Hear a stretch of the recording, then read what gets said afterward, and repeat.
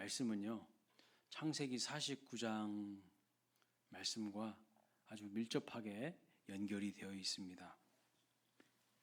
창세기 49장의 말씀을 보면 야곱이 12 아들들을 모아놓고 이제 유언을 하는 내용입니다.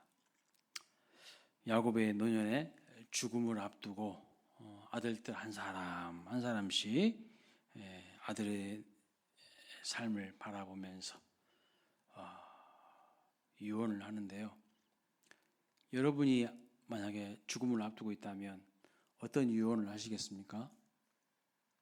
어떤 말을 하고 싶으세요? 좋은 말 하고 싶으시겠죠.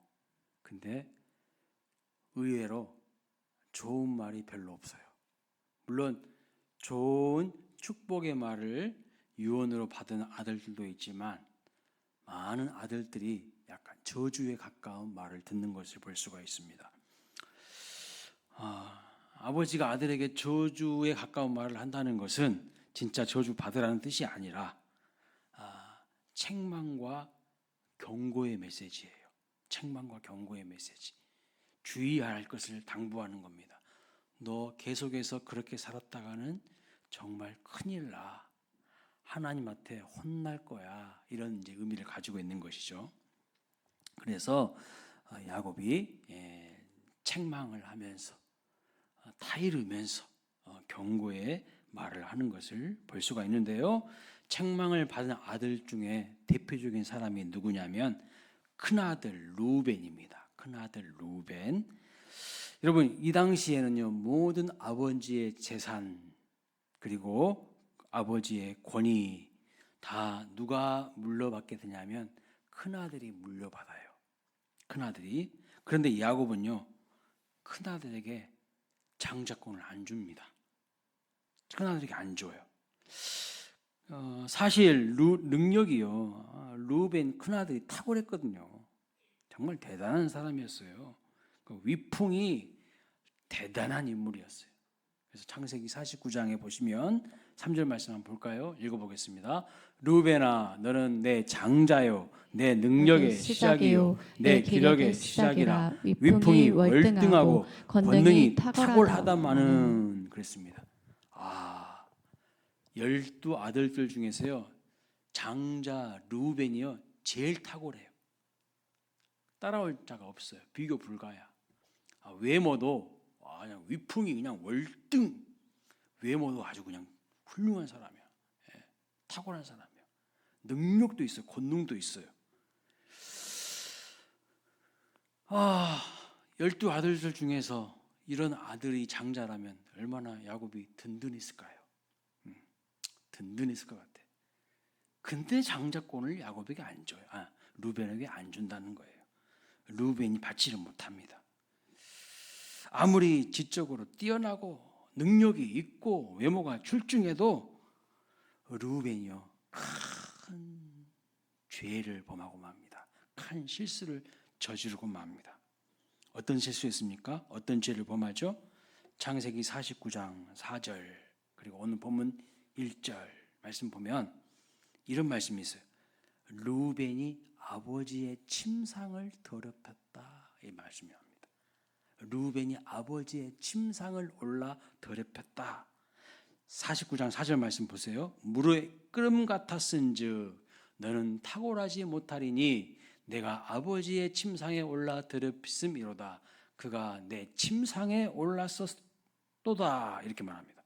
아버지의 침상에 올랐다는 것은 뭘 의미하는 것일까요? 아버지의 침상을 더럽혔다는 것은 무슨 사건이 있었다는 것을 말해주고 있는 거예요. 무슨 사건이 있었습니까? 아버지 야곱에게는 부인이 4명이었습니다. 부인이 4명이었는데 아버지의 부인 중 한 명이었던 빌하와 성적인 범죄를 저지르고 말아요. 자, 여러분, 루벤은 어떤 사람인가? 영웅 호걸 같은 사람이에요. 딱 봐도 그냥 매력이 철철 넘치는 사람이야. 여자들이 딱 보면요, 와, 난 저 사람하고 결혼하면 정말 좋을 것 같은데? 막 키도 막 190 가까이 크고 막 호리호리하고 얼굴도 막 조각같이 막. 누굴 좋아하세요? 네? 누굴? 장동건이 나가면 또 옛날 사람이랄 것 같고. 누굴 좋아하세요, 여러분? 네? 외모에서 막 빛이 나는 거야. 막. 네? 그런 사람이라니까요. 근데 넘지 말아야 될 선을 넘어버린 거예요. 자기의 정욕을 채우기 위해서 아버지의 권위를 짓밟고요, 경계를 넘어가 버린 거예요. 범죄를 저지른 것입니다. 그 일로 인하여서 루벤이요, 장자권을 이제 물려받지 못하고 복을 받지 못하는 것을 볼 수 있습니다. 오늘날에도 눈에 뭔가 뒤집어 씌인 사람처럼 유혹에 넘어가 버린 사람들이 많이 있어요. 오늘날에도 보면요, 어떤 사람들이 되게 유혹에 넘어가냐면요, 똑똑한 사람들, 예?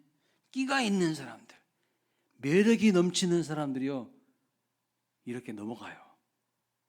그런 사람들이 위태위태해요. 오히려 순수하고 순진하고 좀 뭐랄까요, 좀 무식하고 조금 뭔가 맹한 사람들은 아예 이런 위험한 짓을 안 합니다. 할 생각도 못 해요. 그런 인물들이 못 해. 근데 조금 똑똑하고 약사 빠르고 끼가 있는 사람들, 요 사람들이 까딱 잘못에다가 넘어갈 가능성이 있어요. 하나님이 금하신 것을 할 생각을 아주 그냥 좀 띵한 사람들은 아예 안 한다니까요.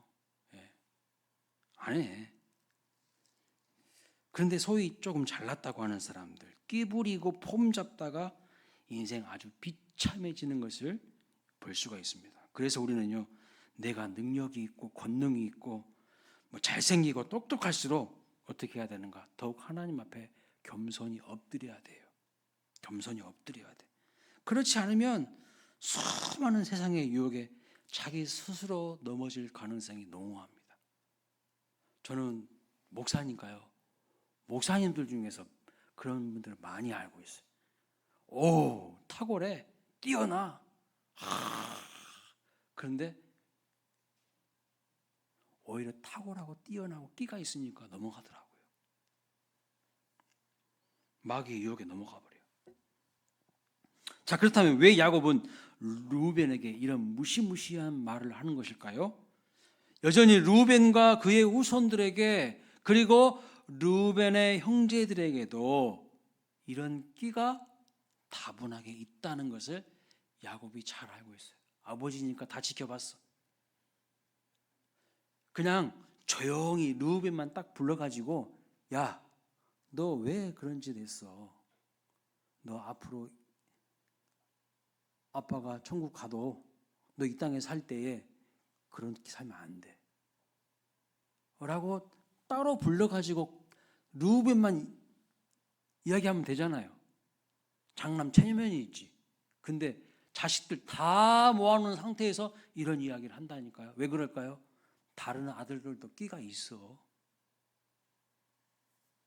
그 말이에요. 오늘 이 시대를 살아가는 우리도요, 여전히 끼가 있어요. 끼가 있어. 아차 싶으면 선질로 생각하는 자 넘어질까 조심하라 했거든요. 그러니까 우리도 이런 끼가 있기 때문에 성경에 딱 기록해 놓은 거예요. 저는 이 말씀을 묵상하면서 이런 생각을 했습니다. 루벤의 후손들이, 여러분 한번 생각해 보세요. 루벤의 후손들이 루벤을 얼마나 많이 원망했을까요? 얼마나 자기 조상 루벤을 부끄러워했을까요? 장자권을 박탈당한 지파라는 그 역사적인 평가가 이 루벤 지파에게는 수치예요, 수치. 루벤 지파의 집단 이 의식 속에 루벤이 심각한 부정적인 영향을 미쳤습니다. 우리 지파는 원래 장자 지파인데 그 장자권을 박탈당한 지파야. 이 수치 의식이 얼마나 그 마음속에 심어졌겠습니까? 실제로 이스라엘 역사를 보면 루벤 지파에서 단 한 명의 제대로 된 지도자가 이후에 나타나지 않습니다. 오늘 우리는 반드시 기억해야 됩니다. 내가 한 행동이 역사가 되어서 우리의 후손들과 후배들에게 남는다는 것을 알아야 돼요. 그냥 내 당대로 끝나는 게 아니에요. 반드시 내 자녀에게요, 우리 후배들에게 이것이 남겨진다는 것을 알아야 됩니다. 이걸 역사의식이라고 하는 거예요. 우리의 후손들과 후배들이 자랑스러워할 수 있는 믿음의 선배, 믿음의 조상, 믿음의 부모 되시기를 축복합니다. 그러려면 믿음의 삶, 신실한 삶을 살아가야 한다는 거예요. 그런 삶을 살아가시기를 주님의 이름으로 축원합니다. 자, 루벤 지파의 장자권이 그러면 어느 지파로 넘어갑니까? 오늘 본문 말씀 보니까 1절에 요셉 자손에게, 요셉 지파에게로 넘어갔다고 말씀하고 있습니다. 여러분, 요셉 스토리 너무나도 많이 들어가지고 여러분들도 줄줄줄 다 입에서 나올 수 있지 않습니까? 그럼 요셉이요, 이렇게 수많은 인생 고난과 역경을 돌파하고 하나님께 큰 복을 받은 결정적인 이유가 뭘까요? 요셉이 왜 장자권을 받게 되었을까요? 그 결정적인 이유가 뭘까요? 요셉의 아버지 야곱의 12아들 중에서 요셉은 몇 번째 아들입니까? 몇 번째 아들이에요? 11번째 아들임에도 불구하고 어떻게 장자권을 받을 수 있었을까요? 서열대로 하면은 안 되잖아요. 첫째 아들 아니면 그럼 둘째 아들이 받아야 되고 셋째 아들이 받아야 되고 쭉 11번째예요. 11번째.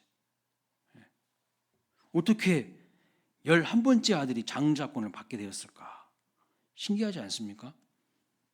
그러니까 성경에 보면요, 우리 하나님은 어떤 분이신가? 태어난 순서대로 복 주시는 분이 아니더라고. 태어난 순서대로 복을 안 주셔요. 하나님이. 아브라함도 이삭을 낳기 전에 누구를 먼저 낳았죠? 이스마엘을 먼저 낳았죠. 근데 하나님이 이스마엘이 아브라함의 약속을 잇는 자손이 아니라고 하십니다. 이삭도 에서와 야곱을 낳죠. 그런데 누가 형입니까? 에서가 형인데 에서가 장자권 물려받나요? 아니요. 형 에서가 장자권 물려받는 게 아니에요. 에서가 팥죽 한 그릇에 장자권을 팔아버리지 않습니까? 그리고 야곱의 12아들 중에도요, 루벤이 장자의 명분을 갖지 못합니다. 다른 형들도 많은데 요셉에게 장자권을 주시는 것을 볼 수 있어요. 그러니까 하나님 어떤 분이신 걸 알 수 있습니까? 태어난 순서가 아니에요. 하나님은 태어난 순서대로 복 주시는 분이 아니라 믿음의 순서대로 복 주시는 분이에요. 믿음의 순서대로. 하나님은요, 어떤 분인가? 질서의 하나님이시기도 하지만 그 질서라는 것은요, 믿음의 질서예요. 하나님은 세상 사람들이 말하는 그 서열을 파괴하시는 분이야. 서열 파괴자야, 하나님. 그래서 뭐라고 하는가? 나중된 자가 먼저 된다고 해요. 먼저 되는 자가 나중된다고 말씀합니다. 믿음의 서열대로 복을 주시는 분이시라는 것을 알 수가 있어요. 자, 중요한 것은 왜 그럼 요셉이 장자의 명분을 얻게 되었는가라는 거예요. 그리고 그것이 오늘 나와 뭔 상관인가라는 것이죠. 이것 역시 아버지 야곱의 유언에서 답을 찾을 수가 있습니다. 아버지 야곱의 유언을 보면요, 답이 다 있어요. 창세기 49장 22절 말씀 볼까요? 읽어봅니다. 시작. 요셉은 무성한 가지 곧 샘 곁에 무성한 가지라. 그 가지가 담을 넘었도다. 요셉을 축복하면서 야곱이 한 이야기입니다. 여기 샘은 무엇을 상징하는지 여러분 다 아시죠? 하나님이에요. 하나님. 성경에 샘, 시냇가 다 하나님을 상징하는 단어입니다. 요셉이 똑똑하고 잘나서가 아니라 하나님 곁에서 하나님께 깊이 뿌리 내리는 인생이었기 때문에 결국 그가 인생의 수많은 담을 뛰어넘었다는 거예요. 그럼 여기 담은 뭘 의미하는 걸까요? 인생의 한계와 고난과 역경을 상징하는 표현이죠. 비유적인 표현입니다. 창세기 49장 25절을 보면요, 이렇게 말합니다. 읽어볼까요?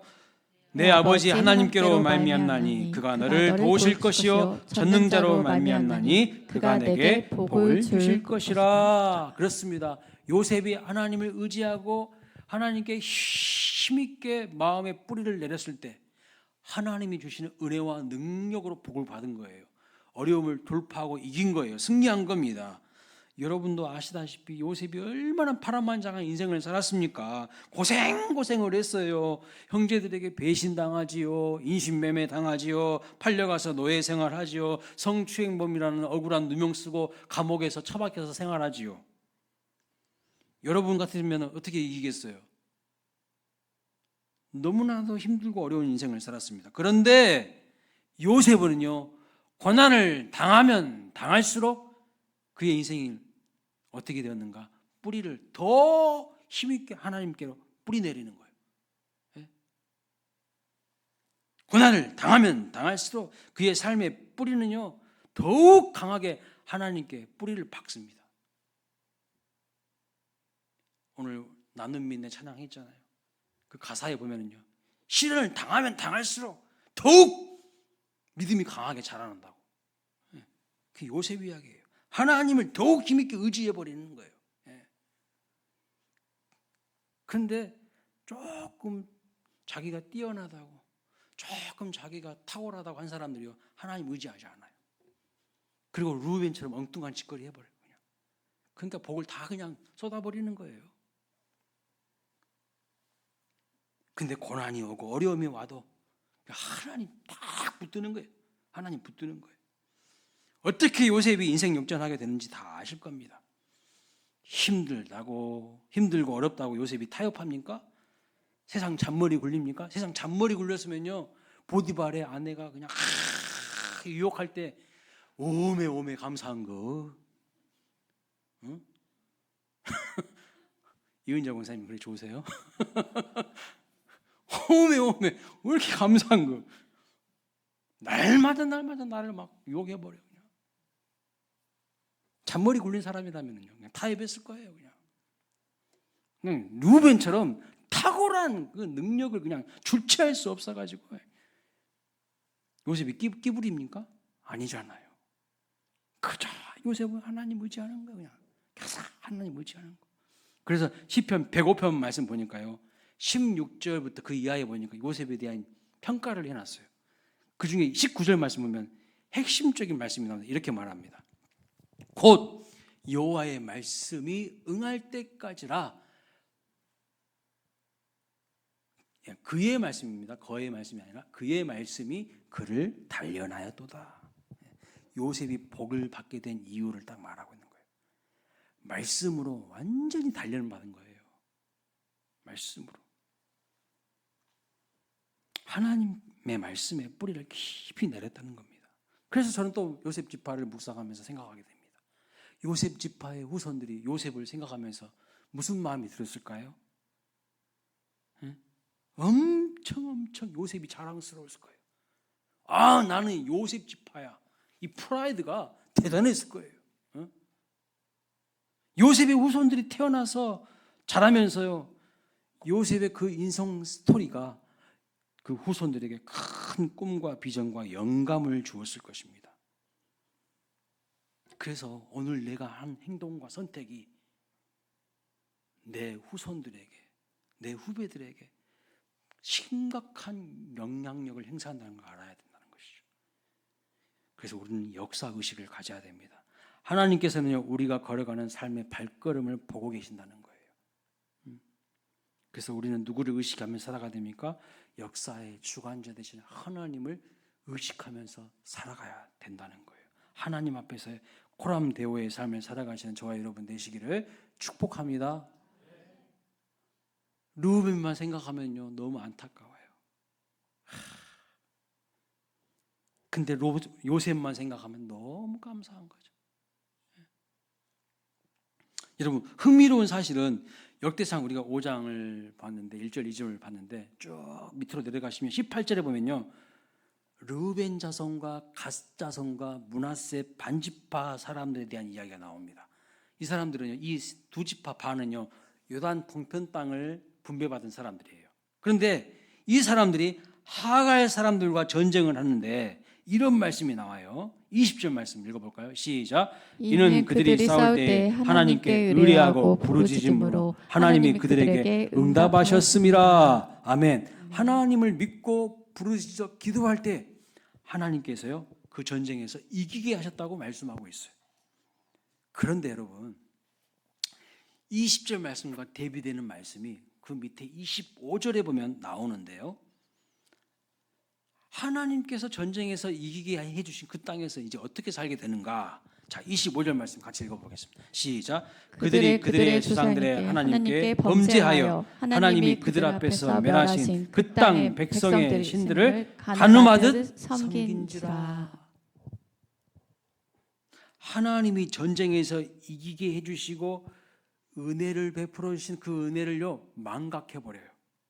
그리고 등 따숩고 배부르니까 무슨 짓을 하는가? 우상 숭배하는 거예요.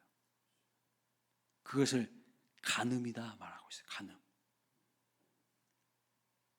그 결과가 무엇인지 보겠습니다. 26절 읽어봅니다. 시작. 그러므로 이스라엘의 하나님이 아스루 왕 불의 마음을 일으키시며 아스루 왕 디글랏 빌레셋의 마음을 일으키시매 곧 루벤과 갓과 므낫세 반지파를 사로잡아 할라와 하볼과 하라와 고산 강가에 옮긴지라. 그들이 오늘까지 거기에 있으니라. 그렇습니다. 하나님이요 아스루 왕들을 일으켜서 그 두 지파 반 사람들 사로잡아서 가게 만들어버린 거예요. 하나님을 버린 자의 비참함을 말하고 있는 거예요. 아스루 왕이 똑똑하고 잘나서 능력이 많아서 이스라엘 백성들 사로잡은 거 아닙니다. 하나님이 하신 거예요. 하나님이 이기게도 하시고 하나님이 패배하게도 하시는 거예요. 그래서 하나님을 떠난 자의 삶은요 비참함이에요. 결국에는 비참하게 돼요. 오늘 하나님의 말씀을 볼 때에 저는 한국 사회의 지도자들, 한국 교회의 지도자들 회개해야 된다고 생각합니다. 심각한 회개를 해야 돼요. 이건 좌우의 문제도 아니고 보수 진보의 문제도 아니고 우파 좌파 이런 문제가 아니에요.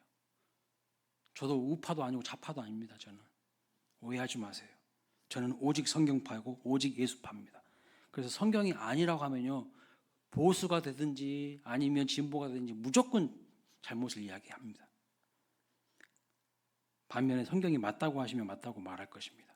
그래서 여러분 오해하지 않으셨으면 좋겠는데 우리나라 대통령 봐보세요. 지금 대통령 후보였을 때부터 손바닥에다 왕자 써가지고 나오죠.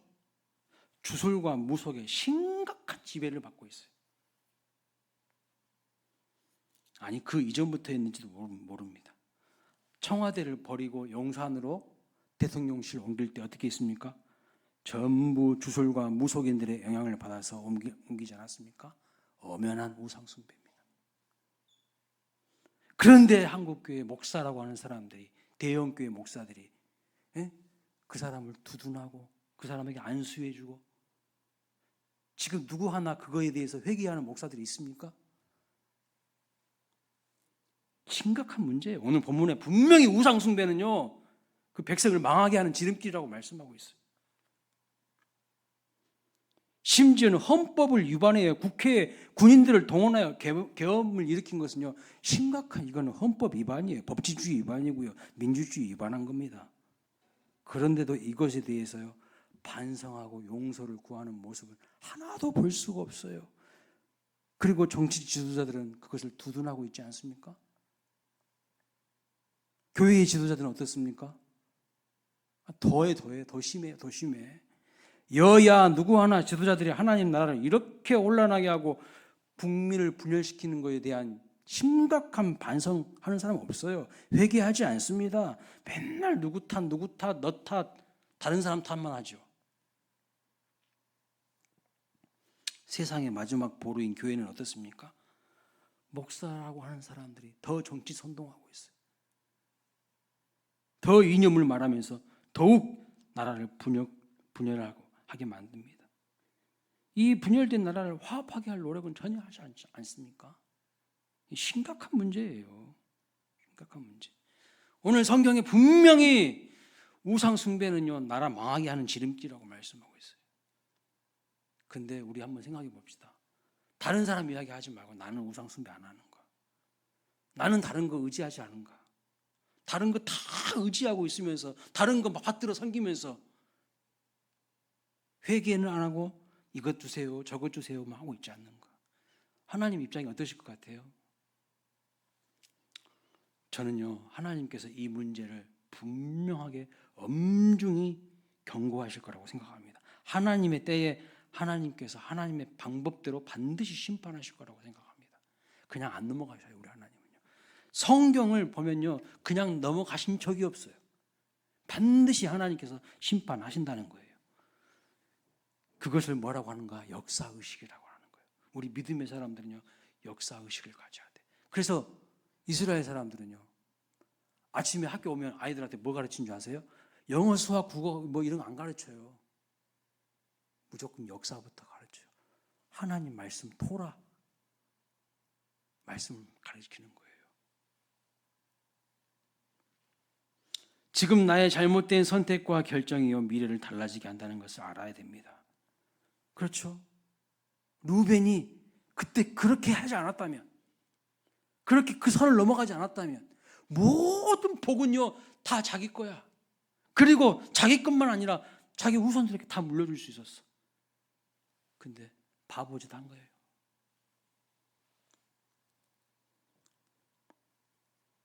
오늘 나의 선택과 결정이 미래를 달라지게 한다는 것을 정말 알아야 됩니다. 우리의 자녀들과 다음 세대들에게 영적인 장자권을 물려줄 수 있는 저와 여러분 되시길 주님의 이름으로 축복합니다. 우리 자녀들에게 영적 장자권 물려줘야 되는 거 아니겠습니까? 그 장자권을 물려줄 수 있는 그런 주역이 되시길 바랍니다. 요셉과 같이 하나님께 깊이 뿌리를 내리는 복된 인생 되시기를 주님의 이름으로 축복합니다. 자, 우리 찬양